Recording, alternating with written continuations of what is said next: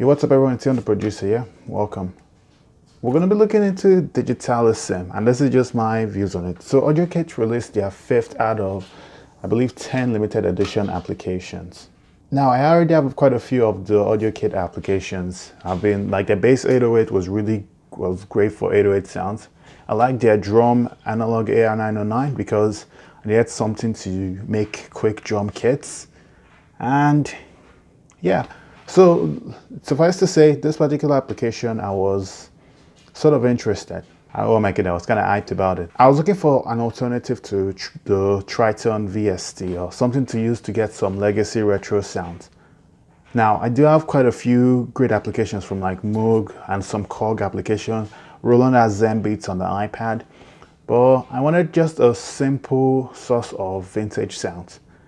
See, back in the 80s and 90s, when the music of the era were being brought up, the equipment that were used to develop sounds, for example, like the sequential prophets or a lot of the Moog basses or the Triton sounds there, because of the cost of those tools, it made it difficult for people who couldn't really afford those systems to be able to get those sounds. So people relied on using samples. Digitalism draws a lot of inspiration from sounds of the 2000s and before, and gives it to you in a compact factor, making it easier for you to be able to use. Now, the question is, did they knock it out of the park? Actually, I think they did. Why? Because it's now in such a light, familiar format that if you're used to other AudioKit applications like the FM synths, like the FM player, the Digital D1 kit, even World Piano that I recently reviewed, if you're used to it, it's a similar interface, so you're not going into anything too unfamiliar. It presents itself with an interesting take. Instead of using oscillators like a lot of synthesizers, it gives you the option to select between quite a different amount of sounds, and you can assign it into two sections, the first and the second one.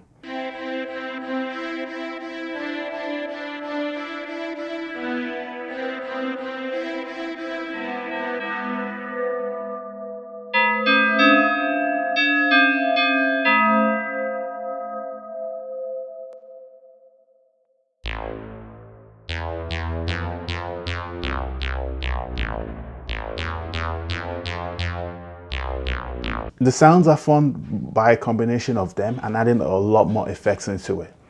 And they give you quite a healthy amount of presets that, I'll be honest, I went through all of them, and I believe I saved about 80 out of 110, 120. Shout out to the Audio Dabbler, he made a lot of awesome presets too, so. Now, my main worry though is, since I'm using an older iPad from 2018, just the regular one, I was wondering how much I could really run in a project. Suffice to say, I was able to use 5 instances in Garageband. Now, I don't know if that's really saying much, but a lot of times when I was using a lot of older applications, I probably only run 1 or 2 instances and optimizing performance would show up. So I think there's a lot more improvements here.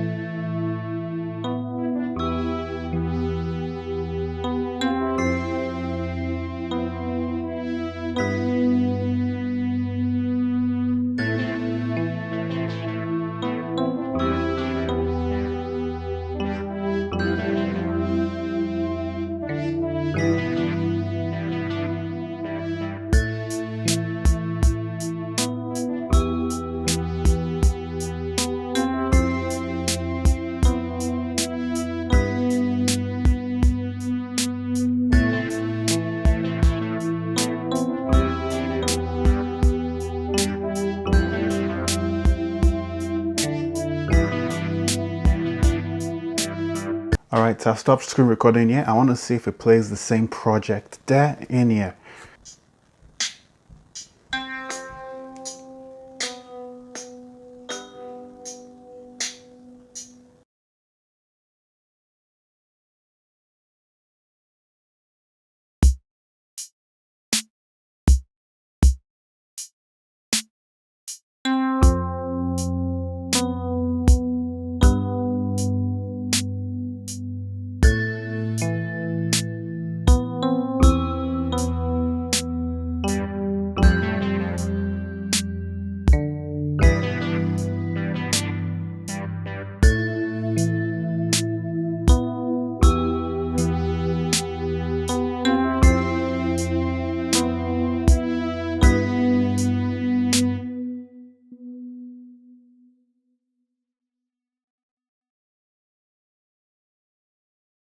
And there we go. So the same project I did over here worked on the iPhone, and I could use the same applications on it.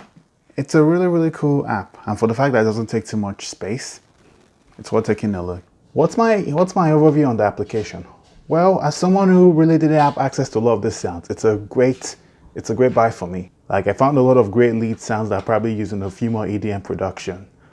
And a lot of the retro sounds, if I just add a lot more of my effects, change the nature of the sound towards producing something that I ordinarily wouldn't have. So to summarize my thought, it's this application for you? I'd say it depends. Personally, because I'm looking for a nice variety of sounds I can be able to use and refer to, I quite like this application. It's not going to be one of my main used applications because I don't think I'm going to always be producing sounds of that particular time, but it's a good, reliable source because whenever I'm trying to think, okay, this is the mood I want to get, this is the sound I'm trying to incorporate, I have the application to just fall back to. So yeah, that's my main thoughts about the application. What have your experiences been? And also, what are your favorite patches? I'll put a small list of the sounds that I most likely come back to out of all of the sounds that's worth taking a look. Anyways, take it easy. Whoosh.